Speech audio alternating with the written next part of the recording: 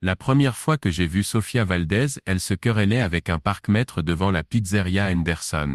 Le vent de décembre faisait danser ses cheveux sombres sur son visage tandis qu'elle cherchait des pièces, vêtue d'un uniforme de l'Académie Sainte-Catherine qui valait probablement plus que le salaire hebdomadaire de mon père.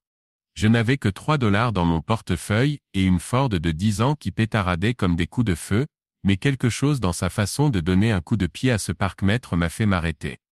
Besoin d'aide? Elle a levé les yeux, leur couleur rappelant un café trop dilué.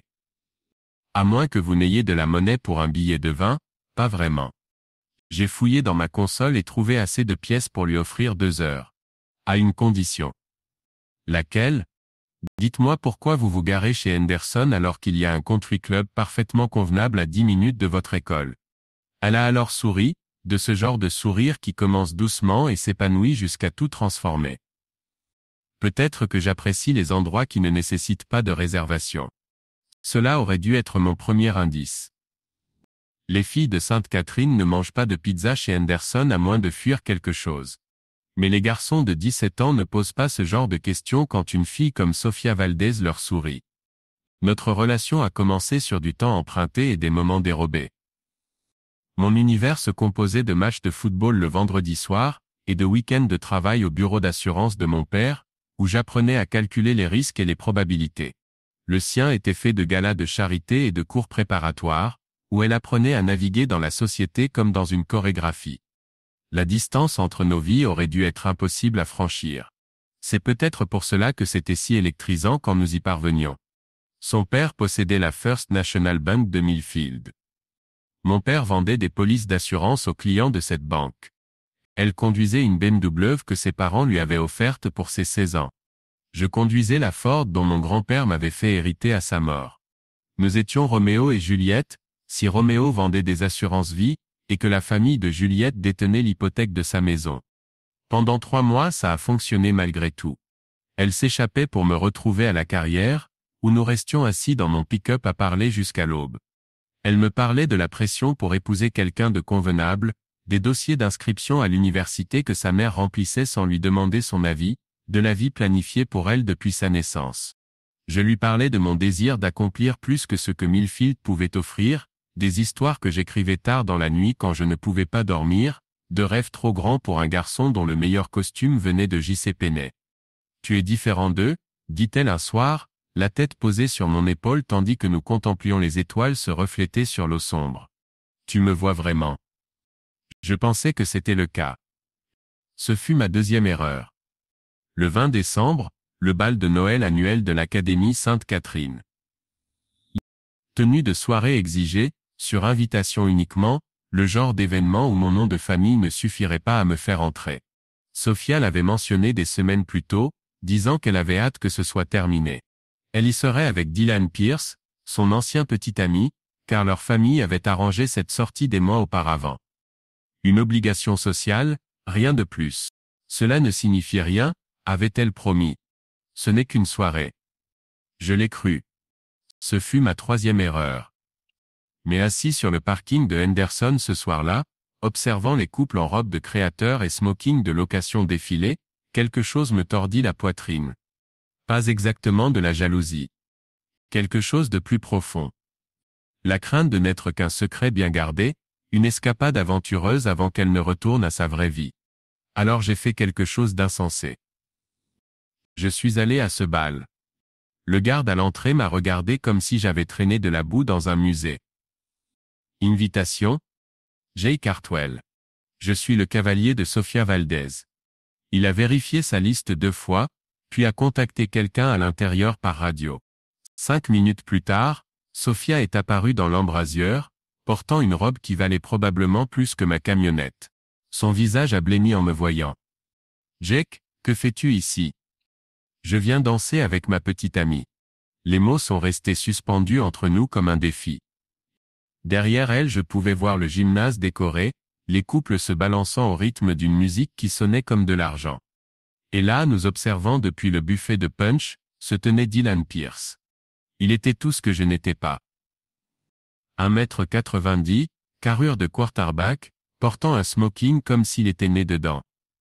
Le genre de garçon en or qui atteint son apogée au lycée, et passe le reste de sa vie à essayer de retrouver ce moment. Mais à 17 ans il était encore étincelant. Toujours le prince face au mendiant que j'étais.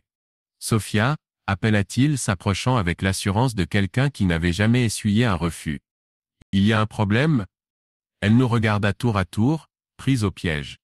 Dylan, voici Jake. Jake Dylan. Il tendit sa main avec un sourire qui n'atteignait pas ses yeux. Alors c'est toi, le gars de la ville dont j'ai entendu parler. Je serrai sa main, le sentant pressé juste assez fort pour faire passer un message. Et toi tu es le fils à papa. Son sourire s'évanouit. Pardon? Tu as bien entendu.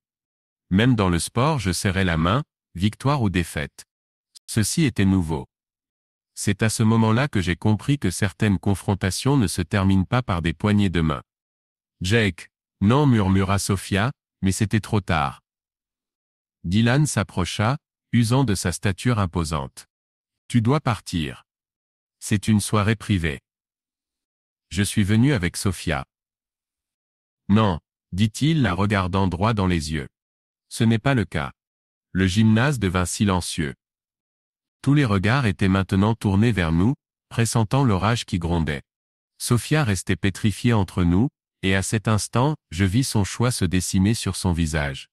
Elle l'avait choisi, lui. Non par les mots, mais par son silence. Par ce pas en arrière, se rapprochant de la vie qu'elle avait toujours connue. Par son regard fixé au sol plutôt que sur moi. Je pense que tu devrais partir, murmura-t-elle. C'est alors que Dylan commit son erreur. Il posa sa main sur mon épaule, non pas de manière menaçante, mais avec dédain. Ce geste caractéristique des fils de bonne famille lorsqu'ils écartent un obstacle de leur chemin. Je l'ai frappé. Pas un coup en traître, ni une attaque déloyale. Un direct du droit, parti de mes talons pour s'achever sur son nez qui se brisa sous mes phalanges. Il s'effondra lourdement, le sang maculant sa chemise blanche, et soudain ce ne fut que cris et agents de sécurité accourant alors qu'on me traînait vers la sortie. Mais avant qu'il ne me jette dehors, je me retournai. Sophia était agenouillée près de Dylan, l'aidant à arrêter l'hémorragie, sa robe s'imprégnant de son sang tel un bandage précieux. Elle ne me regarda pas une seule fois. C'est là que j'ai appris la différence entre les paroles et les actes. On dit que l'amour triomphe de tout. On dit que les origines n'ont pas d'importance. On dit que les gens choisissent avec leur cœur. Ils ont tort. 6 mois plus tard, lors du championnat régional, j'ai eu ma chance. Dylan Pierce courait droit vers moi avec le ballon, et j'aurais pu faire un plaquage réglementaire. Au lieu de cela, j'ai visé bas et enfoncé mon épaule dans son genou de toutes mes forces. Le bruit que fit sa jambe ressemblait à celui d'une branche qui se brise. Il n'a plus jamais joué au football. 20 ans plus tard, j'utiliserai ce même principe pour détruire tout ce que Dylan Pierce avait construit. Chapitre 2, bâtir sur des fondations empruntées. Ma tante Hélène m'a tout légué car elle disait que j'étais le seul qui ne vendrait pas. Elle s'était trompée sur ce point aussi. L'appel est arrivé un mardi matin de novembre, 3 mois après avoir obtenu mon diplôme de commerce à l'Université d'État de l'Ohio, un diplôme que je n'avais jamais voulu, et un avenir dans les assurances que je n'avais pas choisi. Mon père me tendit le téléphone avec l'expression qu'il arborait quand il devait annoncer le refus d'une demande d'indemnisation. Jacob? C'est Thomas Whitmore, l'avocat de votre tante. J'ai peur d'avoir des nouvelles difficiles. Ma tante Hélène était décédée. Une crise cardiaque dans son sommeil, aussi paisible qu'on puisse l'espérer. Elle avait 83 ans, vivait seule sur près de 4 hectares à l'extérieur de Millfield, et selon son testament, tout m'appartenait désormais. Pourquoi moi? Ai-je demandé, regardant par la fenêtre du bureau de mon père le ciel gris de novembre. Elle disait que tu étais le seul neveu qui lui rendait visite sans demander d'argent. Cela m'a fait réfléchir. Je n'avais pas visité Hélène par noblesse d'âme. J'y allais parce qu'elle faisait la meilleure tarte aux pommes à des kilomètres à la ronde, et ne posait jamais de questions sur pourquoi un homme de 22 ans passait ses dimanches seul avec une vieille dame plutôt que de courir les filles. La propriété comprenait une maison construite en 1952, 47 ans de souvenirs accumulés, et une hypothèque qui avait été remboursée avant ma naissance. Elle m'apportait aussi quelque chose que je n'avais jamais eu auparavant, des fondations. Un endroit qui ne pouvait pas m'être arraché par le caprice de quelqu'un. Je m'y suis installé cet hiver-là, troquant mon appartement exigu au-dessus de la quincaillerie contre des pièces qui résonnaient de décennies de vie paisible. Hélène avait été économe, pas dépensière. Chaque placard contenait du linge soigneusement plié, chaque tiroir recelait des objets enveloppés dans du papier de soie et conservés pour un besoin futur. Il m'a fallu 3 mois pour tout trier, décidant quoi garder et quoi laisser partir. C'est alors que j'ai découvert l'opportunité professionnelle. La voisine d'Hélène, Madame Patterson, est passée un après-midi avec une casserole et un problème. Son assurance habitation avait expiré, et la compagnie voulait inspecter sa propriété avant de renouveler. Elle était terrifiée qu'il trouve une raison de résilier complètement sa couverture. « Tu travailles dans l'assurance, n'est-ce pas Jacob ?» En effet. Je vendais des polices pour mon père depuis le lycée, apprenant le métier depuis la base. Je savais lire entre les lignes des contrats d'assurance, je comprenais ce que les compagnies d'assurance voulaient vraiment dire quand elles parlaient de risques acceptables. Et si je créais ma propre agence? Et je demandais à mon père ce soir-là. Il a levé les yeux de son dîner, sa fourchette à mi-chemin de sa bouche. Avec quel capital? La maison est payée. Je pourrais travailler de chez moi au moins au début. L'assurance est une affaire de relations, Jake. Ça prend des années pour construire une clientèle. Il avait raison, mais il avait aussi tort. Ça prend des années pour établir la confiance avec des étrangers. Cela prend beaucoup moins de temps quand on est le neveu d'Hélène Hartwell, le garçon qui venait chaque dimanche, qui l'aidait avec ses courses et réparait son robinet qui fuyait sans qu'on le lui demande. En 6 mois, j'avais 37 clients. En 1 an, j'avais suffisamment d'activités pour louer un petit bureau au centre-ville, juste en face de la banque où le père de Sophia avait travaillé avant de prendre sa retraite en Floride. Certains jours, je voyais passer des visages familiers devant ma fenêtre, des gens qui se souvenaient de moi du lycée, du football, de cette soirée au bal de Noël. Aucun d'entre eux ne mentionnait Dylan Pierce. On disait qu'il était parti après l'obtention du diplôme, sa blessure au genou ayant anéanti tout espoir d'une bourse universitaire pour le football. Le garçon en or avait perdu son éclat, et Millfield s'était tourné vers des choses plus nouvelles et plus brillantes. C'est alors qu'Helena Cross est entrée dans ma vie. Elle a frappé à la porte de mon bureau un jeudi après-midi d'avril, portant des bottes de travail, et un jean taché de peinture qui lui allait mieux que les tenues du dimanche de la plupart des femmes. Ses cheveux blonds foncés étaient attachés en queue de cheval qui avait renoncé à contenir les mèches s'échappant autour de son visage. Elle avait des yeux verts, des mains calleuses et un sourire qui me faisait oublier comment parler correctement. « J'ai besoin d'une assurance », dit-elle en s'installant dans le fauteuil face à mon bureau. Pour mon entreprise. Helena Cross Paysagisme, établie 6 mois plus tôt après son déménagement de Columbus à Millfield. Elle avait acheté l'équipement avec l'argent économisé de son précédent emploi de directrice de chantier pour une société de promotion immobilière.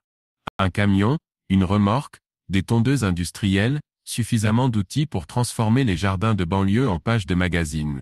Pourquoi avoir choisi Millfield? Et je demandais, feignant d'étudier sa demande alors que je l'étudiais elle. Petite ville, grand rêve, dit-elle. Columbus ne pensait qu'à construire en hauteur. Je voulais construire en largeur, créer des espaces où les gens pourraient respirer. Je comprenais cela. Le besoin d'espace, de place pour devenir ce que l'on était destiné à être. Des antécédents de réclamation d'assurance? Rien de majeur. J'ai reculé le camion dans un poteau de clôture le mois dernier, mais j'ai payé les réparations moi-même. Intelligent. Les réclamations vous suivent. Elle rit. Comme tout le reste, je suppose. Nous avons passé 1 heure à examiner les options de couverture, à discuter des franchises et des limites de responsabilité, mais ce dont je me souviens le plus, c'est la façon dont elle parlait de son travail. Pas comme un simple emploi, mais comme une vocation. La façon dont elle décrivait la transformation de terrain en friche en parc, la conversion de zones suburbaines délaissées en quelque chose de magnifique. Vous devriez voir la propriété des Peterson quand j'en aurai fini, dit-elle les yeux brillants. Ils ont cette pente derrière leur maison qui n'est que mauvaise herbe depuis 20 ans. Je vais l'aménager en terrasse, y planter des herbes indigènes, créer un amphithéâtre naturel où leurs enfants pourront jouer. Ça semble coûteux. Tout ce qui en vaut la peine est coûteux. La question est de savoir si on peut se permettre de ne pas le faire. Je lui ai rédigé sa police cet après-midi-là, lui ai accordé la remise standard pour nouveaux clients, et essayé de ne pas remarquer sa façon de se mordre la lèvre inférieure quand elle réfléchissait. Elle a payé la première prime en espèces, m'a serré la main avec conviction, et a quitté mon bureau en laissant un parfum de sciure et de possibilités. Cela aurait dû en rester là. Une relation professionnelle, rien de plus. Mais 3 jours plus tard, elle était de retour. J'ai besoin d'ajouter une couverture pour du nouveau matériel, dit-elle, arborant le sourire de quelqu'un qui garde un secret. Quel genre de matériel? Le genre qui s'accompagne d'une équipe de télévision. Elle avait été sélectionnée pour une émission de rénovation, l'un de ces programmes câblés où des experts transforment des catastrophes en rêve en 30 minutes, publicité non comprise. Il voulait mettre en vedette son travail sur une propriété au bord du lac, présenter son approche innovante de l'aménagement paysager écologique. C'est incroyable, dis-je, et je le pensais vraiment. C'est terrifiant, admit-elle. Mais c'est exactement ce vers quoi je travaillais. Nous avons célébré chez Henderson's Pizza, le même endroit où j'avais parlé à Sophia pour la première fois il y a toutes ces années. Mais Elena ne fuyait rien. Elle courait vers quelque chose, et pour la première fois depuis le lycée, j'avais l'impression de courir dans la même direction. Nous nous sommes fréquentés pendant 8 mois avant que je trouve le courage de la demander en mariage. Non pas parce que je doutais de mes sentiments, mais parce que j'avais besoin de savoir que les siens étaient réels. J'avais appris à calculer le risque émotionnel de la même manière que je calculais le risque d'assurance, soigneusement, méthodiquement, en pleine conscience de ce que je risquais de perdre. Mais d'abord j'ai passé un appel téléphonique. Ruiz? C'est Jay Cartwell. Ruiz Camden était sorti avec Elena avant moi, quand elle venait d'arriver à Millfield. Ils s'étaient rencontrés lors d'une réception de la chambre de commerce, s'étaient tout de suite bien entendus, étaient sortis ensemble pendant 3 mois avant qu'elle n'y mette fin. Ils l'avaient bien pris, ou du moins en apparence, ce qui était plus que ce que la plupart des hommes réussissaient. Jake. Comment va le business des assurances? Je ne peux pas me plaindre. Écoute, je voulais te demander quelque chose, d'homme à homme. Je t'écoute. Elena Cross. Vous êtes sortis ensemble il y a un moment. Silence à l'autre bout du fil. Puis, oui en effet. Pourquoi? Je pense lui demander sa main. Je voulais m'assurer qu'il n'y avait pas de ressentiment. C'était un geste à l'ancienne, peut-être désuet, mais cela me semblait juste. Ruiz était un ami d'enfance, l'un des rares à être resté à Millfield après le lycée au lieu de poursuivre de plus grands rêves dans de plus grandes villes. Si je devais construire une vie avec Elena, je voulais le faire l'esprit tranquille. Jake, si tu es heureux, je le suis aussi. Elena est une femme remarquable. Tu as ma bénédiction, pour ce que ça vaut. Cela valait plus qu'il ne le pensait. J'ai fait ma demande un vendredi soir de septembre, après qu'elle eut achevé le réaménagement de la place du palais de justice. Le conseil municipal l'avait engagée pour remplacer 30 ans de négligence municipale par quelque chose digne de la désignation de quartier historique qu'il recherchait.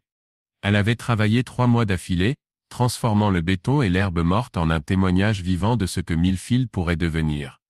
Épouse-moi, ai-je dit m'agenouillant près de la fontaine qu'elle venait d'installer cet après-midi-là. Elle a dit oui sans hésitation, sans condition, sans regarder autour d'elle qui pourrait les observer. Juste oui, simple, pur et sincère. Le mariage fut parfait. Une petite cérémonie à l'église méthodiste, la réception dans la salle paroissiale décorée de fleurs de la serre d'Elena. Mon père l'a conduite à l'hôtel puisque le sien était décédé quand elle avait 22 ans. Ruiz était là avec sa compagne, souriant sincèrement, me serrant la main comme un homme sans regret. Même Sophia est venue avec son mari Dylan. J'aurais dû savoir que ce n'était pas une coïncidence. Mais ce soir-là, regardant Elena danser dans la robe de mariée de sa grand-mère, je pensais avoir enfin réussi. Trouver quelqu'un qui me choisissait en premier, qui voyait la vie que nous pourrions construire ensemble et voulait contribuer à la bâtir. Le succès est comme un projecteur. Il illumine tout ce que vous pensiez désirer, et tout ce que vous êtes sur le point de perdre. L'apparition télévisée d'Elena fut diffusée 3 semaines après notre lune de miel. Soudain tout le monde connaissait son nom.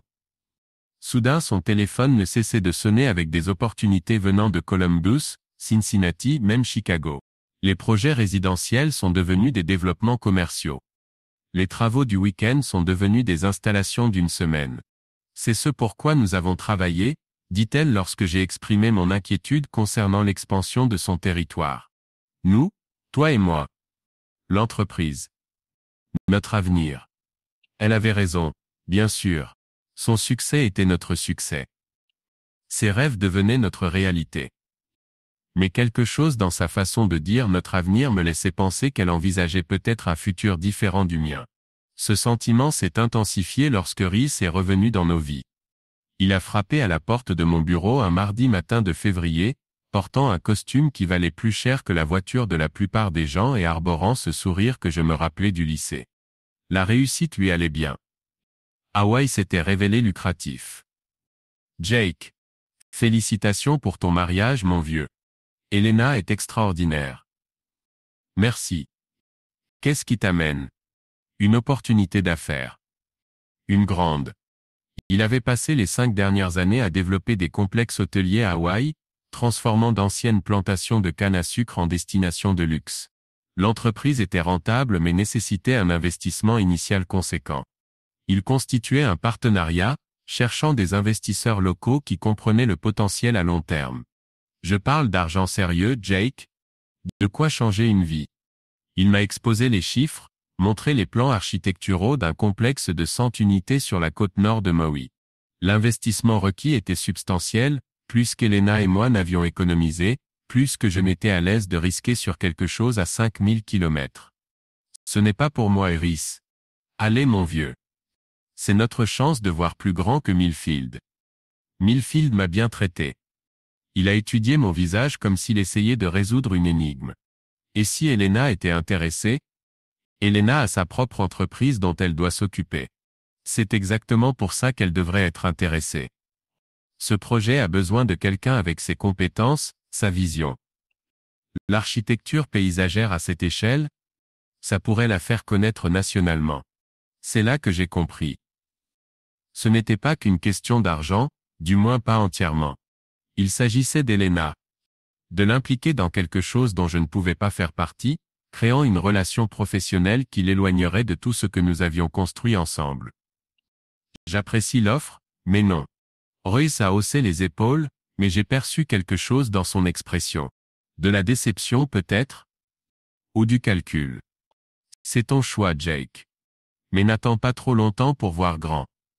Des opportunités comme celle-ci ne se présentent pas 2 fois. Il a quand même laissé sa carte de visite, accompagnée d'une brochure remplie de couchers de soleil tropicaux et de promesses paradisiaques. J'ai jeté les 2 à la poubelle, mais je n'ai cessé de penser à ce qu'il avait dit. Voir plus grand que Millfield. Et si Elena pensait déjà de cette façon? Chapitre 3, la fissure dans les fondations. Le succès est comme un projecteur. Il illumine tout ce que vous pensiez désirer, et tout ce que vous êtes sur le point de perdre. L'appel est arrivé à 6h30 un jeudi matin, le téléphone d'Elena vibrant contre la table de nuit alors qu'elle dormait encore à mes côtés. 3 mois s'étaient écoulés depuis la visite de Rhys, 3 mois à observer les opportunités s'accumuler sur son bureau, telle la neige avant une avalanche. Celle-ci était différente pourtant. Celle-ci allait tout changer. Jake, réveille-toi. Elena était assise au bord du lit, le téléphone pressé contre son oreille, la voix vibrante d'excitation. Ils me veulent à Chicago. La semaine prochaine. Qui te veut? Meridian Development. Ils soumissionnent pour un projet en bord de mer, 200 unités, et ils ont besoin d'un architecte paysagiste qui comprend l'intégration environnementale. Je me suis retourné, j'ai regardé l'horloge. Il est 6h30 du matin. Ils ont 3 heures d'avance à New York. Le partenaire avec qui je parle est debout depuis 4 heures. Cela aurait dû être mon premier avertissement. Les gens qui appellent à l'aube sont des gens qui ne respectent pas les limites. Mais Elena était déjà debout, arpentant la chambre dans sa chemise de nuit, transfigurée par cette possibilité. Combien de temps? Ai-je demandé. 1 semaine, peut-être 2. Ça dépend de comment se passe la consultation initiale. Et s'ils aiment ce qu'ils voient? Elle s'est arrêtée de marcher, m'a regardé avec des yeux trop brillants. Alors nous parlons d'un projet d'1 an. Peut-être plus. J'ai calculé les chiffres automatiquement. Un projet commercial d'1 an avec Meridian Development générerait plus de revenus que toute la clientèle d'Elena à Millfield réunie. Cela signifierait aussi des mois loin de la maison, loin de la vie que nous avions construite ensemble. C'est une grande décision. C'est une grande opportunité. La distinction était importante. Les décisions étaient des choses qu'on prenait ensemble. Les opportunités étaient des choses qu'on saisissait seul. Elle est partie pour Chicago le lundi suivant, emportant 2 valises et un portfolio assez épais pour étouffer un cheval. Je l'ai conduite à l'aéroport, embrassée au contrôle de sécurité, et j'ai essayé de ne pas remarquer à quel point elle semblait excitée de partir. Je t'appellerai ce soir, a-t-elle promis. Elle a appelé chaque soir pendant la première semaine. De longues conversations sur le projet, les gens qu'elle rencontrait, les possibilités qui s'ouvraient. Mais quelque chose dans sa voix était différent. Pas exactement distant, mais plus ample. Comme si elle grandissait dans un espace que je ne pouvais pas voir. La deuxième semaine, les appels sont devenus plus courts. Comment ça se passe? Je demandais. Bien. Occupé. Vraiment occupé. Quand rentres-tu? Bientôt. Ils veulent prolonger la consultation, mais je n'ai pas encore décidé. À la 3e semaine, je parlais plus souvent à sa messagerie vocale qu'à Elena elle-même. C'est alors que Rhys a commencé à venir me voir. Il frappa à la porte de mon bureau un mardi après-midi, vêtu d'un jean et d'une chemise de travail au lieu de son habituel costume à $1000. Ses vêtements décontractés le faisaient paraître plus jeune, ressemblant davantage à l'ami avec lequel j'avais grandi qu'à l'homme d'affaires essayant de me vendre le paradis. Comment se passe le projet d'Elena à Chicago?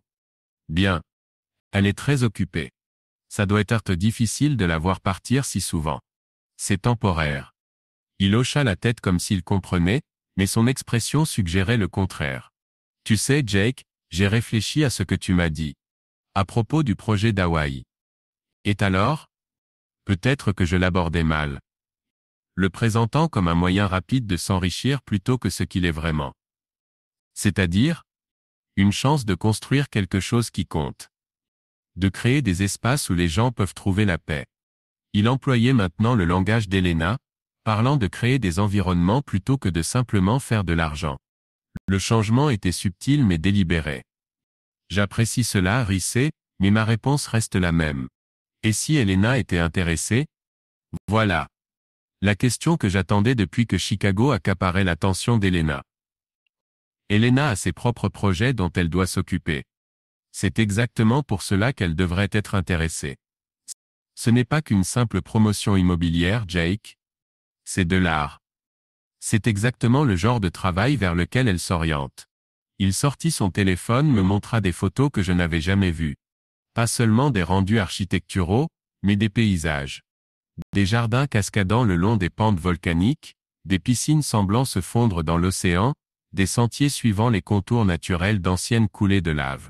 Elle serait parfaite pour ce projet, dit-il doucement. Et Chicago est temporaire.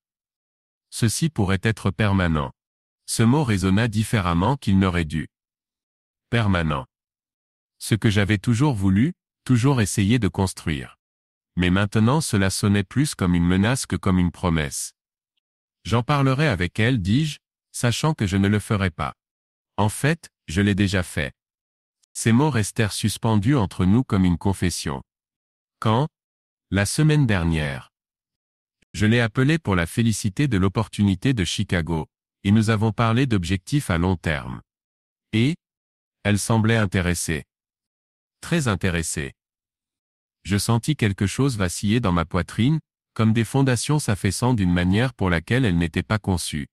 Intéressée à quel point? Assez intéressée pour vouloir voir la propriété. Je m'y rends le mois prochain pour vérifier le processus d'obtention des permis. Elle pourrait venir, jeter un coup d'œil, se faire une idée de l'ampleur du projet. Elle est à Chicago. Chicago est temporaire, Jake. Elle l'a dit elle-même. Mais elle ne me l'avait pas dit à moi. Dans nos conversations, Chicago avait commencé à sembler moins temporaire et plus comme le début de quelque chose de plus grand. Quelque chose qui n'incluait pas les agents d'assurance de petites villes qui se contentaient de 4 hectares et d'une maison sans hypothèque. Je dois retourner travailler, dis-je. Rhys se leva et rajusta sa veste. Jake, je veux que tu saches que tout ceci n'est qu'une question professionnelle. Elena est talentueuse, et ce projet nécessite quelqu'un avec sa vision. C'est tout.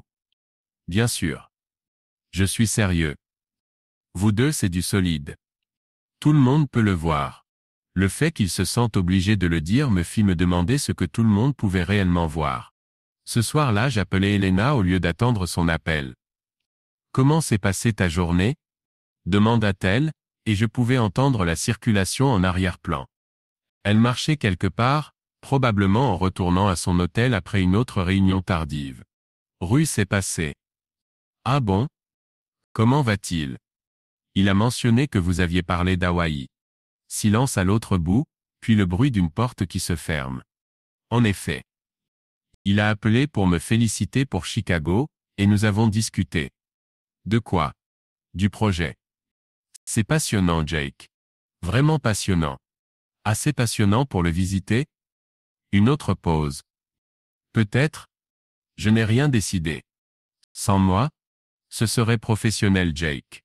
Une évaluation du site, rien de plus. Mais je savais bien. Les évaluations de site ne nécessitaient pas de séjour paradisiaque. Elles ne nécessitaient pas de promenade sur la plage au coucher du soleil, de discussion sur les rêves autour de dîners coûteux, de création de souvenirs dans des lieux qui sentiraient toujours les possibilités. Quand? Le mois prochain. Si je décide d'y aller. Pendant que tu es encore à Chicago. Chicago se termine. La consultation est presque finie. Et ensuite? Et ensuite je rentre à la maison et nous décidons de la suite. Cette expression la suite m'excitait autrefois. Maintenant elle sonnait comme un avertissement. 2 jours plus tard, mon père eut sa crise cardiaque. Je révisais des renouvellements de police quand mon téléphone sonna. La voix de ma mère, tendue par une panique contrôlée. « Jake, tu dois venir à l'hôpital. » Maintenant. Quand j'arrivais, papa était stable mais inconscient, des machines surveillant le rythme d'un cœur qu'il avait porté pendant 62 ans sans se plaindre. Le médecin expliqua les dommages, les options de traitement, la longue convalescence à venir. Il devra se ménager pendant un moment, dit-elle.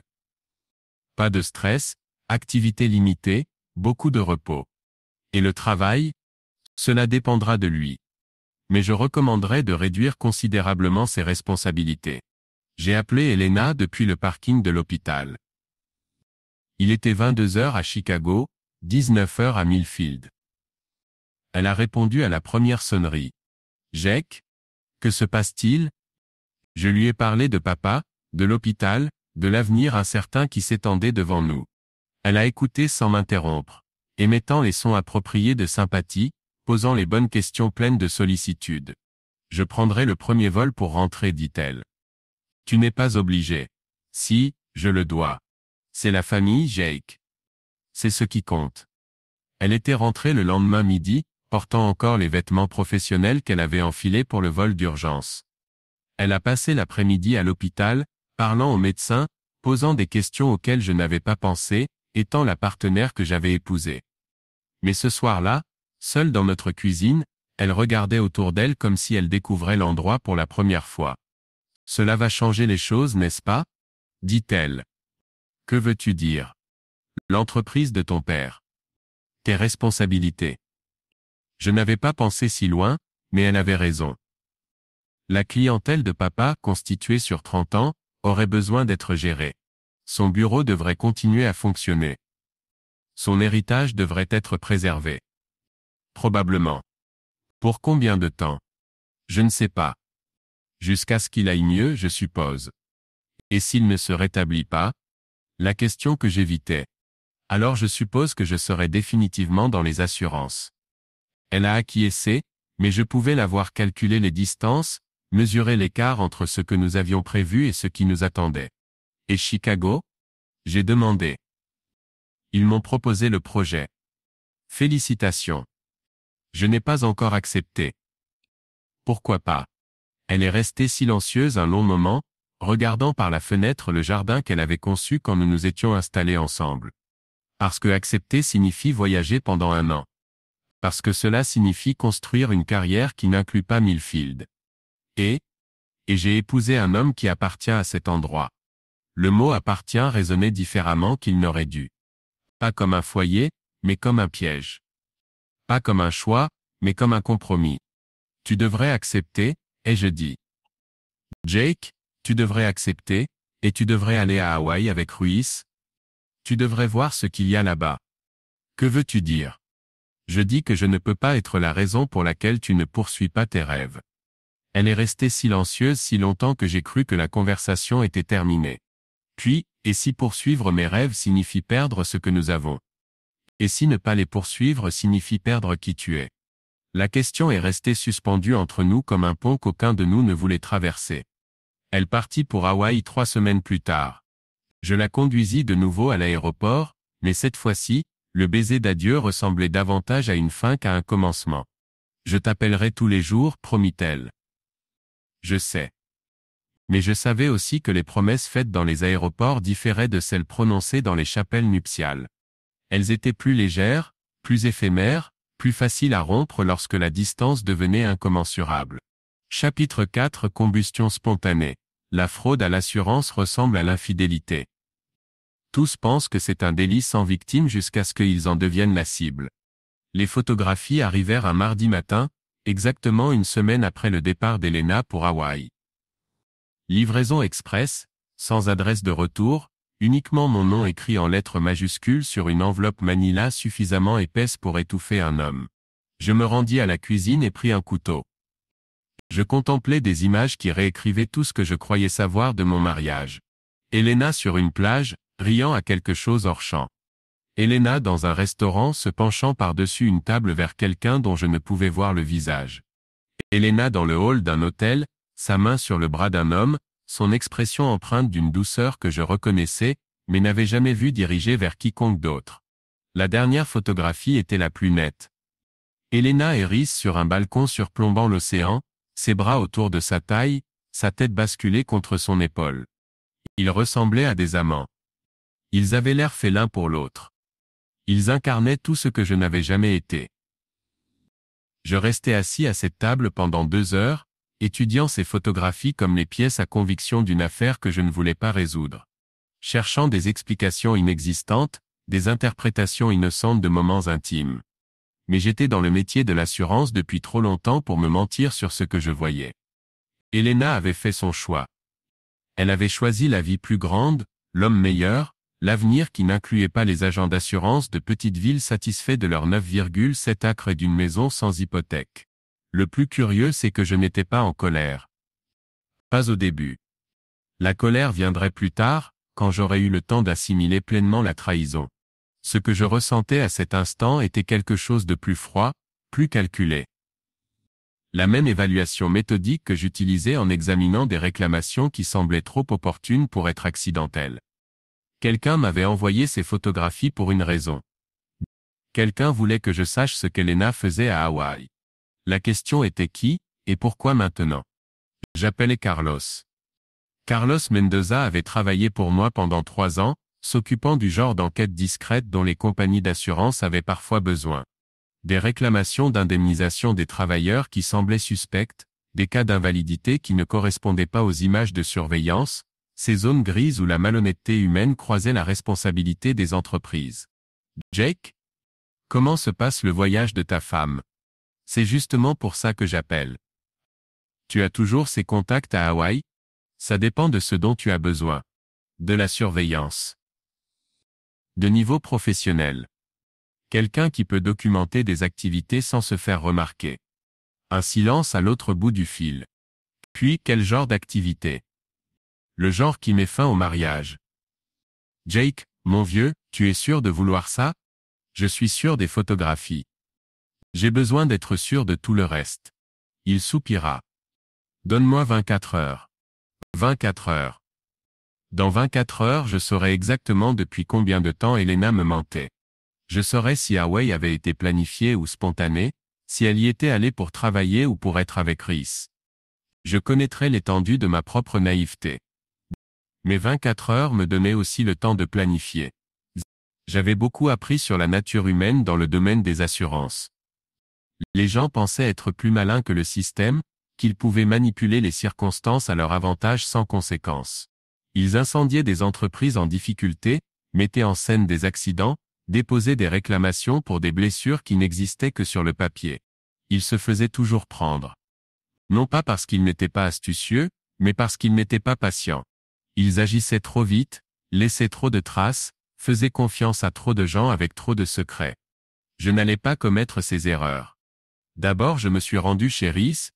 Il vivait dans le lotissement Meadowbrook, un de ces quartiers résidentiels où chaque maison semblait être une variation sur le même thème coûteux. La sienne était une demeure coloniale avec un garage pour 3 voitures, et une pelouse entretenue par des professionnels qui comprenaient la différence entre l'engrais et l'investissement. La maison était sombre, manifestement vide, mais j'en ai fait le tour quand même. Vérifiant les fenêtres, notant les dispositifs de sécurité, cataloguant les vulnérabilités. Non pas que je prévoyais d'y entrer par effraction, mais parce que j'avais besoin de comprendre ma cible. La terrasse arrière était nouvelle, probablement installée dans les 6 derniers mois. Bois traité sous pression, installation professionnelle, le genre d'ajout qui apportait une vraie valeur à la propriété. C'était aussi hautement inflammable, particulièrement si un accélérant était appliqué au point de pression approprié. Je prenais des notes mentales, ne photographiais rien, ne laissais aucune trace de ma visite.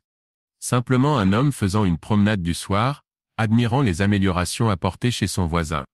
Ensuite j'ai étudié la couverture d'assurance de Rhys. La courtoisie professionnelle me donnait accès aux bases de données du secteur, me permettant d'examiner les détails des polices à des fins professionnelles légitimes. L'assurance habitation de Rhys était complète, récente et onéreuse. Le genre de police qui suggérait soit de la paranoïa, soit la connaissance de risques spécifiques. La couverture incluait une protection en valeur à neuf pour l'habitation, une valeur réelle pour les biens personnels, et une protection en responsabilité civile jusqu'à 2 millions de dollars. Du standard à l'exception d'un détail, il avait augmenté ses limites de couverture 6 mois auparavant, précisément au moment où il avait commencé à parler d'investissement à Hawaï. C'était intéressant. Les gens n'augmentaient généralement pas leur couverture d'assurance sans prévoir d'en avoir besoin. Carlos m'a appelé jeudi matin avec son rapport. « Votre épouse est là-bas depuis 5 jours, dit-il. Les 2 premiers jours, elle était seule. Réunion d'affaires, visite de site, activité professionnelle légitime. Et après, elle a retrouvé votre ami Rhys. Ils sont restés ensemble depuis. Définissez ensemble. Même hôtel, même chambre, même lit. J'ai des photographies si vous les voulez. Je les veux.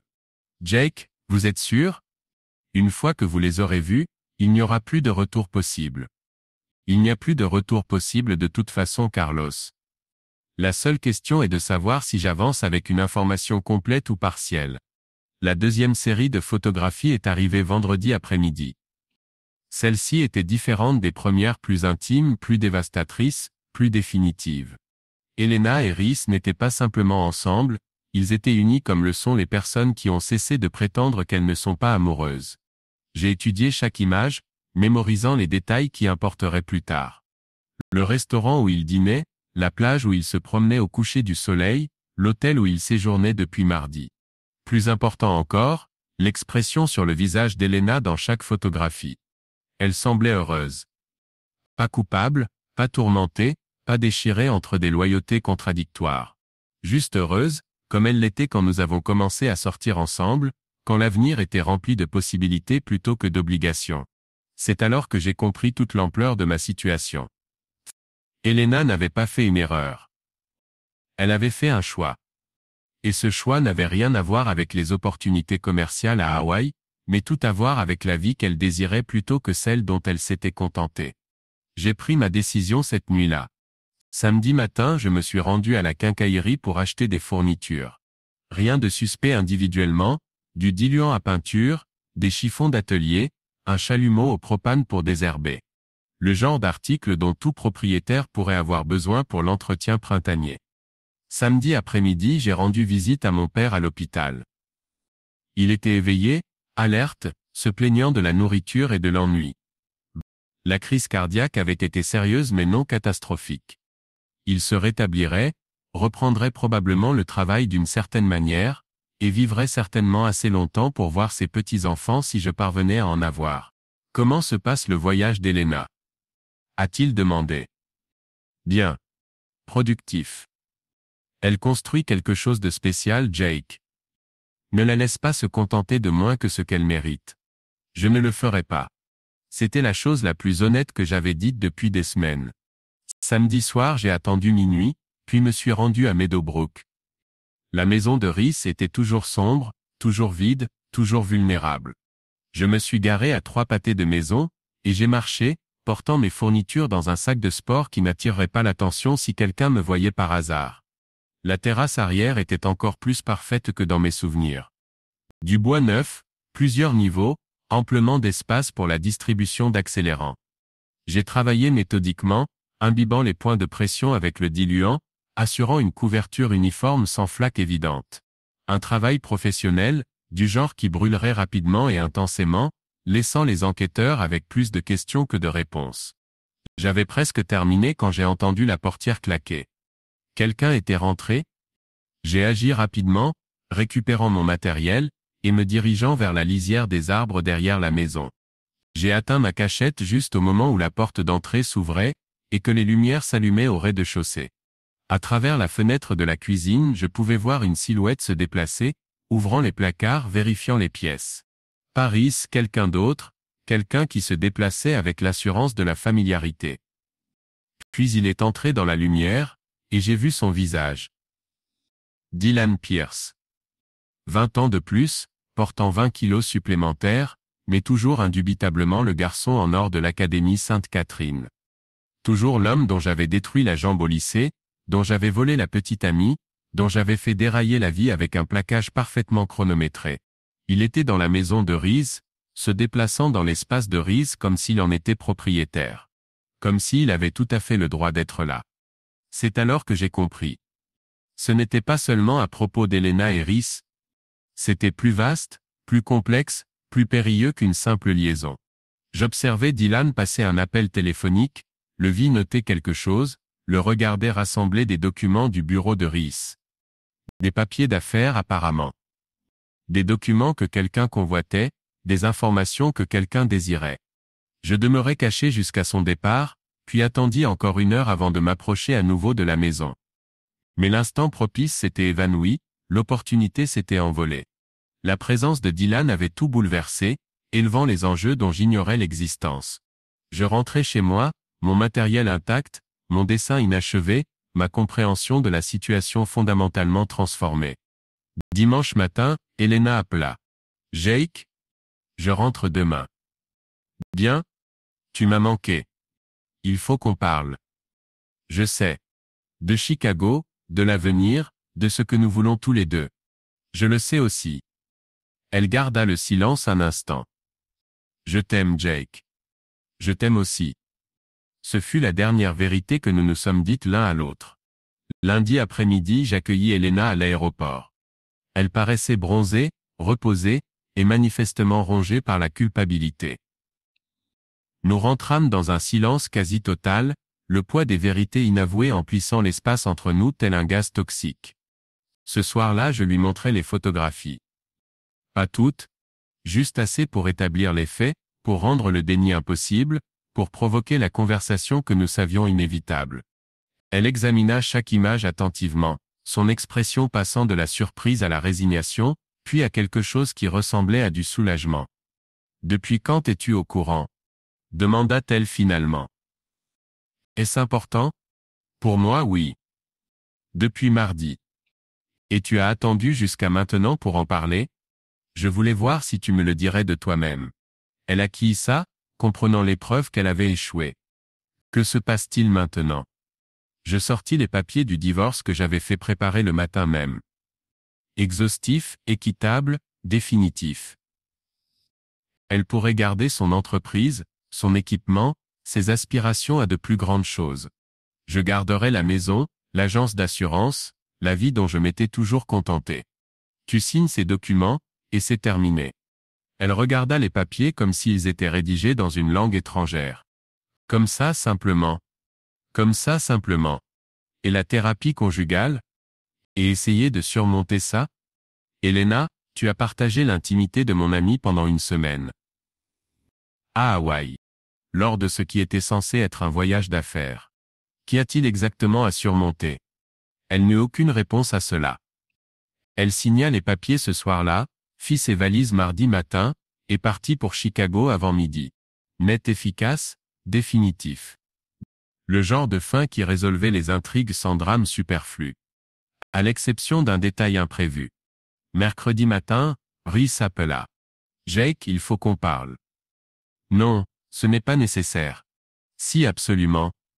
À propos de la déclaration d'assurance. Quelle déclaration d'assurance? Celle que je m'apprête à déposer. Pour l'incendie de la maison.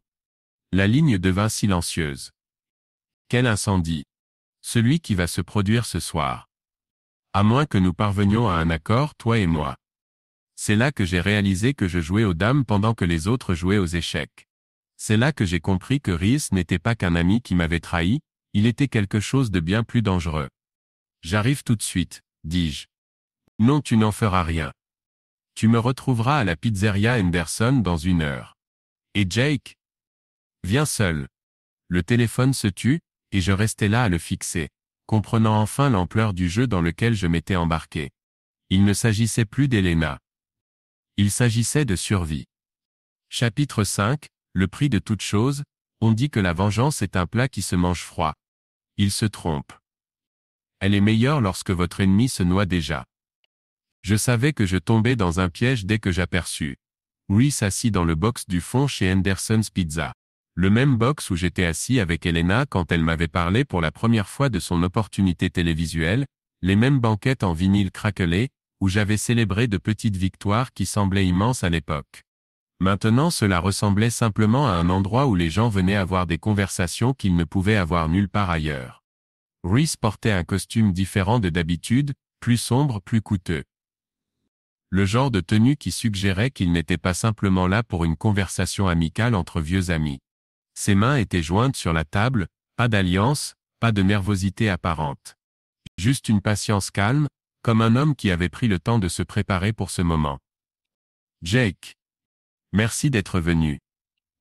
Je me glissais sur le siège en face de lui, remarquant la façon dont il s'était positionné, dos au mur, vue dégagée sur les 2 entrées. Que veux-tu, Rhys? T'expliquer certaines choses. M'assurer que nous nous comprenions bien. Je comprends parfaitement. Tu as couché avec ma femme. À Hawaï. À mes frais. Il sourit, mais son sourire n'atteignit pas ses yeux. C'est ce que tu penses que tout ceci concerne. Ce n'est pas le cas, Jake. Helena était une complication, pas l'objectif. Une complication fort agréable, certes, mais simplement un effet secondaire de la véritable affaire. Ces mots me frappèrent comme de l'eau glacée. C'est-à-dire que tu n'as jamais compris ce qui se passait réellement.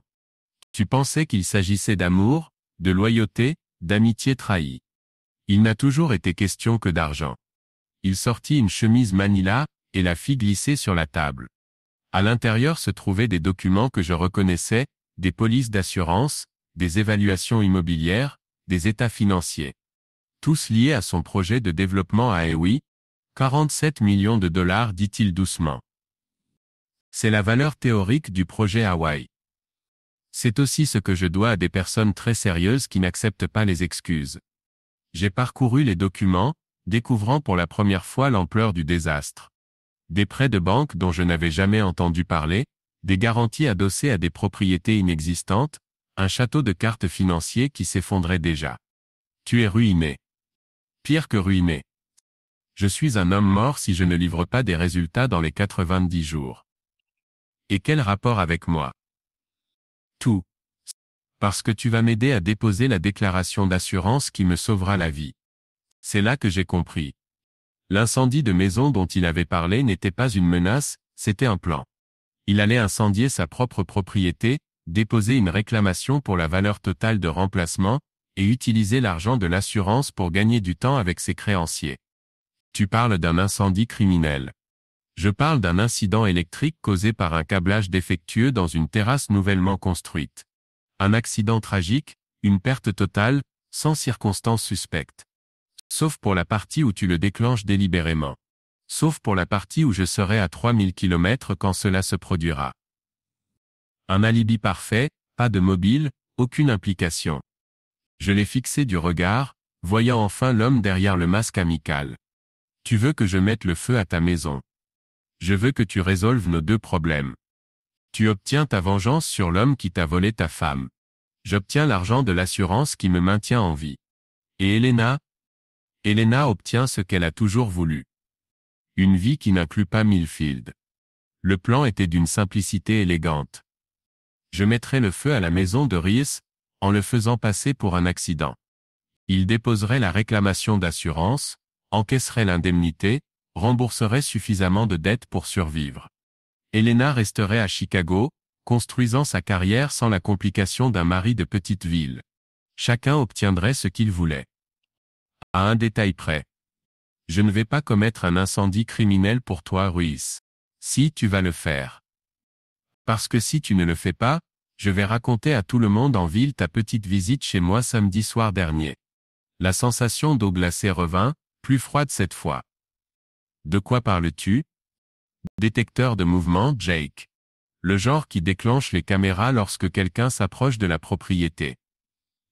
Je t'ai filmé en train de transporter du matériel, d'examiner les lieux, de planifier exactement ce que je te demande de faire maintenant. Il sortit son téléphone et me montra des images qui me glacèrent le sang. Des clichés nés de moi en train de rôder autour de sa maison, d'inspecter la terrasse, portant le sac de sport rempli d'accélérants. Des preuves qui suffiraient à me condamner pour tentative d'incendie criminel, même si je n'avais jamais allumé la moindre flamme. La fraude à l'assurance est un délit grave dans l'Ohio, dit-il d'un ton décontracté. 10 à 20 ans, selon le montant. Et la tentative d'incendie volontaire? C'est 5 à 15 ans de plus en plus des charges de fraude. Jake, j'essaie de t'aider. Tu allais de toute façon incendier ma maison. Je te donne simplement une raison de le faire qui nous profite à tous les deux. Je pensais à Elena, aux photographies, au choix qu'elle avait fait à Hawaï. Je songeais à 20 années passées à respecter des règles que personne d'autre ne semblait suivre. Je réfléchis à ce que cela faisait d'être le genre d'homme qui calculait les risques pour gagner sa vie mais ne voyait jamais venir les plus grands dangers avant qu'il n'ait déjà tout détruit. Quel est le délai? Ce soir. Les systèmes électriques sont si imprévisibles, les incendies se déclarent sans prévenir, se propagent rapidement, brûlent intensément. Et après? Après, tu retournes à ton métier d'assureur, et je continue à ne pas être mort. Elena reste à Chicago, Dylan retourne dans le trou d'où il est sorti, et tout le monde vit heureux pour toujours. Dylan? L'expression de Rhys vacilla, juste un instant. Quoi, Dylan? Il était chez toi dimanche soir. Il fouillait dans tes papiers, passait des coups de fil. Quel est son rôle là-dedans? Le silence s'étira trop longtemps. Dylan s'occupe de quelques affaires pour moi. Quel genre d'affaires? Le genre qui ne te concerne pas. Mais je pouvais voir l'inquiétude dans ses yeux, le calcul derrière son détachement fin. Dylan Pierce ne gérait pas simplement des affaires, il était une garantie. Une assurance au cas où le plan de survie de Rhys échouerait. Que se passe-t-il si je refuse? Alors la police recevra un tuyau anonyme concernant une tentative d'incendie criminel, avec preuve vidéo à l'appui. Ta réputation, ton entreprise, ta liberté, tout part en fumée. Et ma maison brûlera quand même, simplement avec quelqu'un d'autre tenant l'allumette. Je regardais autour de moi dans la pizzeria Henderson, observant les photos jaunies des équipes du lycée local, la vitrine des trophées remplis de récompenses des décennies passées, les preuves d'une communauté qui croyait en le respect des règles. Un endroit où les accords conclus par une poignée de main avaient de la valeur, où les gens tenaient parole. Rien de tout cela n'importait plus. Peut-être que ça n'avait jamais importé. J'ai besoin d'y réfléchir. Tu as 2 heures? Après ça, l'offre expire et la vidéo va à la police. Je quittais Henderson's, les mains tremblantes, mon avenir désormais mesuré en heures plutôt qu'en années. Je rentrais en voiture vers la maison dont j'avais hérité, vers cette vie bâtie sur des fondations précaires, vers ces assises qui s'effondraient plus vite que je ne pouvais en estimer les dégâts. C'est alors que je passais l'appel qui allait tout changer. Carlos? C'est Jake. J'ai besoin d'un service. Quel genre de service? Le genre qui m'évite la prison. Je lui parlais de Rhys, du chantage, du choix impossible entre l'incendie criminel et la destruction. Il écouta sans m'interrompre, professionnel jusqu'au bout. Jake, tu sais que je ne peux pas t'aider à incendier la maison de quelqu'un. Ce n'est pas ce que je te demande. Je te demande de m'aider à survivre à ce qui va suivre. 2 heures plus tard, j'étais garé devant la maison de Rhys, avec un sac de sport rempli d'accélérants et un plan qui allait soit me sauver la vie, soit y mettre fin. Les détecteurs de mouvement dont Rhys avait parlé étaient évidents une fois qu'on savait où regarder, de petits dispositifs montés sur les arbres, pointés vers toutes les voies d'accès. Mais Carlos m'avait appris quelque chose d'utile durant notre conversation. Les détecteurs de mouvement pouvaient être désactivés, mais ils conservaient des registres de leur déclenchement. Les lacunes dans les enregistrements de surveillance étaient aussi suspectes que les images elles-mêmes. Alors je ne les ai pas désactivées. Je leur ai donné quelque chose à enregistrer. Je me suis approché de la maison ouvertement, portant le sac de sport, vêtu de vêtements sombres qui apparaîtraient clairement sur la caméra. J'ai fait le tour de la propriété, examiné la terrasse, pris mon temps pour mettre en scène. Quiconque examinerait les images verrait exactement ce que Rhys s'attendait à voir, un homme se préparant à commettre un incendie criminel. Puis j'ai fait quelque chose que Rhys n'avait pas prévu. Je suis parti. Je suis retourné à ma voiture, je suis rentré chez moi, et j'ai attendu. Les détecteurs de mouvement avaient enregistré mon arrivée, ma reconnaissance, mes apparents préparatifs du crime. Mais ils avaient aussi enregistré mon départ, les mains vides, sans avoir allumé le moindre feu. Rhys a appelé à minuit. Où diable es-tu? Chez moi. La maison est censée être en train de brûler à l'heure qu'il est. Changement de plan. Jake, on avait un accord. Non, c'était de l'extorsion. Et j'ai décidé que je préférais tenter ma chance devant un jury plutôt que de t'aider à commettre une fraude à l'assurance. Le silence à l'autre bout était absolu. Tu fais une erreur. Peut-être. Mais c'est mon erreur à faire. J'ai raccroché et attendu les conséquences. Ils sont venus à 3 heures du matin. 2 hommes ont défoncé ma porte d'entrée, m'ont tiré du lit, et m'ont jeté à l'arrière d'une camionnette qui embaumait la cigarette et la crainte. Un travail professionnel, sans geste superflu, sans violence inutile. Ils n'étaient pas là pour me blesser, ils étaient là pour me livrer. L'entrepôt se trouvait à 20 minutes de la ville, le genre d'endroit où les entreprises venaient s'éteindre discrètement. Ils m'ont attaché à une chaise dans un bureau vide, me laissant seul avec mes pensées et le son des pas qui résonnaient dans l'espace plus vaste au-delà. Dylan Pierce est entré le premier, se déplaçant avec la démarche précautionneuse de quelqu'un dont la jambe ne s'était jamais complètement remise d'une ancienne blessure. 20 ans plus tard, il payait encore le prix de ce que je lui avais fait au lycée. Bonjour Jake. Dylan. Tu ne dois probablement pas te souvenir de moi. Je me souviens de tout. Il a souri mais c'était l'expression d'un homme qui avait appris à dissimuler sa douleur derrière de fausses amabilités. Bien. Cela simplifie les choses. Vincent Cross est entré derrière lui, et j'ai immédiatement compris pourquoi Rhys avait été si désespéré d'éviter cette rencontre. Cross était le genre d'homme qui gagnait sa vie sur le désespoir des autres, qui transformait la pression financière en levier personnel, qui collectait des dettes impossibles à pardonner. Monsieur Hartwell. Il paraît que vous vous êtes montré peu coopératif. J'ai été prudent. C'est la même chose dans cette situation. Il a tiré une chaise, s'est assis en face de moi comme si nous avions une réunion d'affaires plutôt qu'un enlèvement. Une courtoisie professionnelle, du genre qui rendait les menaces superflues, car les conséquences étaient comprises par toutes les parties. Ruiz Camden me doit 47 millions de dollars. Cette dette arrive à échéance dans 67 jours. Il a proposé une solution impliquant une fraude à l'assurance, avec votre assistance. J'ai décliné. C'est ce que j'ai cru comprendre. La question est pourquoi. J'ai regardé Dylan, j'ai vu la satisfaction dans son expression, le plaisir qu'il prenait à me voir dans cette situation. Parce que je ne commets pas de délit pour des gens qui me font chanter. Cross a hoché la tête comme si c'était une position raisonnable. Admirable. Stupide, mais admirable. Que se passe-t-il maintenant? Maintenant nous discutons des alternatives. Cross s'est penché en avant, son costume coûteux se plissant aux épaules. Vous êtes un homme d'assurance, Jake. Vous comprenez l'évaluation des risques mieux que la plupart. Alors évaluons votre situation actuelle. Il a fait un geste vers Dylan, qui a sorti un dossier semblable à celui que Rhys m'avait montré. Mais ces documents étaient différents, actes de propriété, registres fiscaux, demande de prêt. Tout était lié à mes 9 hectares et demi. La propriété de votre tante. Une magnifique parcelle de terre. Entièrement payée, d'après ce que je comprends. Qu'en est-il? Ce serait une excellente opportunité de développement. Le genre qui nécessite un financement de la part de personnes comme moi. Les pièces du puzzle s'assemblèrent. Vous convoitez mes terres. Je désire une garantie. Quelque chose pour sécuriser la dette de Reese jusqu'à ce qu'il puisse honorer sa promesse. Ma propriété n'a rien à voir avec les problèmes de Reese. Cross sourit, l'expression d'un homme qui n'avait jamais entendu un refus qu'il ne pouvait surmonter.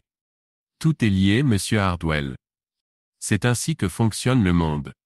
Il fit glisser un document sur la table improvisée entre nous. Un acte de transfert, déjà préparé, n'attendant que ma signature. Signez ceci, et vous sortez d'ici. Ruiz obtient 60 jours supplémentaires pour résoudre ses problèmes, vous conservez votre liberté, et j'obtiens une garantie pour mon investissement. Et si je ne signe pas? Dylan s'avança, sa jambe meurtrie traînant légèrement. Alors nous aurons une conversation différente. À propos de Sophia. Du lycée. Des dettes qui n'ont jamais été réglées. L'évocation de Sophia me frappa comme un coup physique. Quel rapport a-t-elle avec tout cela? Tout, répondit Dylan, sa voix tendue par une ancienne colère. Elle est ma femme maintenant. Depuis 15 ans. Et elle se réveille encore parfois, en pleurant à cause des événements survenus quand elle avait 17 ans. Je le regardais vraiment, et je vis le garçon que j'avais détruit sur un terrain de football 2 décennies plus tôt. L'avenir prometteur que j'avais brisé d'un plaquage délibéré, la vie que j'avais bouleversée parce qu'une fille l'avait choisi lui plutôt que moi. Je suis désolé pour votre jambe. Je ne veux pas de vos excuses. Je veux que vous compreniez ce qui se passe ici. Cross s'éclaircit la gorge. Mais Spears, peut-être devrions-nous nous concentrer sur l'affaire en cours. Mais Dylan n'en avait pas terminé. Vous m'avez pris quelque chose. Quelque chose que je ne pourrai jamais récupérer. Maintenant je vous prends quelque chose en retour. Je compris alors. Il ne s'agissait pas simplement de la dette de Reese ou de l'investissement de Cross. Il s'agissait de Dylan Pierce obtenant enfin la vengeance qu'il planifiait depuis le lycée. Utilisant Reese et Lena, tous les moyens à sa disposition pour détruire l'homme qu'il avait détruit. Depuis combien de temps travaillez-vous pour Cross? Assez longtemps pour connaître où sont tarés tous les cadavres. Y compris les vôtres. Cross se leva, ajustant sa veste avec la précision d'un homme qui privilégiait l'ordre par-dessus tout. Monsieur Hartwell, je suis un homme d'affaires raisonnable. Je préfère les solutions qui profitent à toutes les parties. Signez l'acte, et ce désagrément prendra fin ce soir. Je contemplais le document, la propriété que ma tante m'avait léguée, car elle croyait que je ne la vendrais jamais. Les fondations sur lesquelles j'avais bâti ma vie, cette sécurité que je croyais permanente. Et si Reese ne peut pas payer dans 60 jours, alors la propriété devient mienne. À la juste valeur du marché, bien entendu. Rien dans tout cela n'est juste. La vie est rarement équitable, monsieur Hartwell. C'est pourquoi nous avons des contrats. Je pensais à Elena, aux photographies d'Hawaï, au choix qui m'avait conduit dans cet entrepôt au cœur de la nuit. Je réfléchis au fait de jouer selon des règles que personne d'autre ne semblait suivre, de calculer des risques qui semblaient toujours tourner à l'avantage des autres. Il me faut un stylo. Dylan m'en tendit un, le triomphe inscrit sur son visage. Je signai le document, mon nom paraissant étrange et méconnaissable face au langage juridique transférant mes droits de propriété à Vincent Cross. Excellent, dit Cross, glissant l'acte dans la poche de sa veste. Ce fut un plaisir de faire affaire avec vous. Nous en avons terminé? Presque. Il fit un signe à Dylan qui sortit un second document. Ceci est un accord de confidentialité. Une procédure standard dans ces situations. Je signai également celui-ci, comprenant que je m'engageais à oublier que cette nuit avait existé. À feindre que Vincent Cross n'existait pas, que Dylan Pierce n'était pas impliqué, que ma propriété ne servait pas de garantie pour le pari désespéré de Reese Camden. Maintenant nous avons terminé, dit Cross en se levant. Mais Pierce vous raccompagnera chez vous. Dylan me détacha, ses mains brutales contre mes poignets. Tu t'en sors bien, Jake. N'oublie pas ça. Le trajet retour vers ma maison fut silencieux, ce genre de silence qui s'accumule jusqu'à ce que quelque chose cède. Lorsque nous nous arrêtâmes devant mon allée, Dylan se tourna vers moi. Elle ne t'a jamais aimé, tu sais. Sophia. Elle se servait de toi pour me rendre jaloux. Ces mots auraient dû me blesser, mais ils sonnaient comme la confirmation de quelque chose que j'avais toujours soupçonné. C'est pour ça que tu fais tout ça? À cause de ce qui s'est passé il y a 20 ans? Je fais ça parce que certaines dettes ne peuvent pas être remboursées avec de l'argent. Je regardais la maison que ma tante m'avait léguée, la vie que j'avais construite sur un terrain qui ne m'appartenait plus. Que se passe-t-il maintenant? Maintenant tu retournes vendre des assurances, et je continue à m'assurer que Rhys livre ce qu'il a promis. Elena reste à Chicago, construisant sa carrière sans la complication d'un mari de petite ville. Chacun reçoit ce qu'il mérite. Et que mérites-tu, Dylan? Il sourit, l'expression d'un homme qui avait passé des décennies à planifier ce moment. Je mérite de te voir tout perdre, comme j'ai tout perdu. Lentement, morceau par morceau, jusqu'à ce qu'il ne reste plus que la conscience que tu as tout provoqué toi-même. Je sortis de la voiture, marchai jusqu'à ma porte d'entrée, sans me retourner. À l'intérieur, la maison semblait différente, moins comme un sanctuaire et davantage comme un espace emprunté. Tout ce que je possédais, tout ce que j'avais construit, dépendait désormais de la capacité de Rhys Camden à remettre 47 millions de dollars à Vincent Cross dans 60 jours. La fraude à l'assurance commençait à paraître comme l'option la plus simple. Le lendemain matin, Rhys appela. J'ai entendu dire que tu as passé une soirée intéressante. On peut dire ça. J'ai essayé de te prévenir, Jake. J'ai essayé de te donner une issue facile. En me faisant commettre un incendie criminel. En te donnant une chance de résoudre nos deux problèmes. Maintenant nous avons des enjeux plus importants. Nous? Oui, nous. Car si je ne livre pas ce que Cross veut dans 60 jours, tu perds ta propriété et je perds quelque chose de considérablement plus précieux. Ta vie. Exactement. Donc nous sommes partenaires maintenant, que tu le veuilles ou non. Je pensais à Elena, aux photographies, aux choix qui nous avaient menés ici. Je pensais à Dylan Pierce et sa vendetta de 20 ans, à Vincent Cross et son problème de 47 millions de dollars, à cette toile complexe de dettes et d'obligations qui n'avaient rien à voir avec moi jusqu'à ce qu'elles aient soudainement tout à voir avec moi. Quel est le plan? Le plan est que je trouve un autre moyen d'obtenir l'argent de Cross, et tu m'aides à le faire. Pourquoi t'aiderais-je? Parce que l'alternative est de voir la propriété de ta tante devenir un centre commercial. Il avait raison, et nous le savions tous les deux. J'étais piégé dans un jeu que je n'avais pas choisi de jouer, avec des enjeux que je ne pouvais pas me permettre de perdre. Je vais tous les enterrer, dis-je doucement. Pas par colère. Comme une décision d'affaires. Rhys rit, un son creux et désespéré. Bonne chance avec ça. Cross enterre des gens comme nous depuis des décennies. Les gens comme nous ne sont généralement pas des experts en assurance. Qu'est-ce que ça veut dire? Cela signifie que je sais calculer les risques. Et en ce moment le plus grand risque pour Vincent Cross n'est pas moi, c'est toi. La ligne devint silencieuse. Explique. Tu es un passif, Rhys. Un passif de 47 millions de dollars sans perspective claire de remboursement. Si j'étais Cross, je chercherais des moyens de passer cette perte en perte et profit. Il ne peut pas simplement m'effacer. J'en sais trop. C'est exactement pour cela qu'il le ferait. Les morts ne révèlent aucun secret, particulièrement ceux qui doivent des millions à des personnes dangereuses. Je pouvais presque entendre l'esprit de Rhys travailler, calculant les mêmes probabilités que moi. Alors, où veux-tu en venir? Mon point est que nous devons te rendre plus précieux vivant que mort. Nous devons donner à Cross une raison de te garder en vie assez longtemps pour résoudre son problème. Et comment fait-on ça? En lui donnant quelque chose qu'il désire plus que l'argent. Comme quoi? Comme la preuve que ses autres investissements sont sécurisés. Comme des preuves que son modèle d'affaires n'est pas sur le point de s'effondrer. Comme une assurance contre le type de perte catastrophique que même Vincent Cross ne peut absorber. Le silence s'étira entre nous, chargé du poids de décisions irréversibles. Tu parles de moyens de pression. Je parle de survie.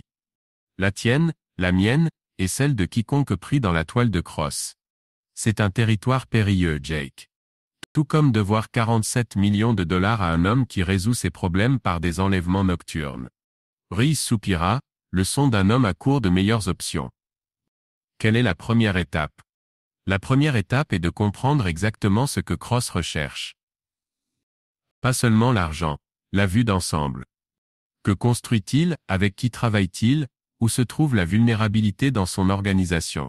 Et comment découvrons-nous cela? Nous demandons à la seule personne qui connaît tous les acteurs de ce jeu. Qui est-ce? Elena. Le nom flotta entre nous comme une confession. Elena, qui avait choisi Rhys plutôt que moi. Elena, qui était à Hawaï quand tout a commencé à se défaire. Elena, qui pourrait être la seule personne capable de nous aider à survivre à ce qui approchait. Elle ne te parlera pas, dit Rhys. Elle le fera si tu le lui demandes. Si tu lui expliques ce qui est en jeu. Un autre silence, plus long cette fois. Je vais l'appeler. Aujourd'hui. Aujourd'hui. Je raccrochais. On dit que la vengeance est un plat qui se mange froid. Ils ont tort. Elle est meilleure servie quand votre ennemi se noie déjà. Et j'allais m'assurer que nous coulions tous ensemble.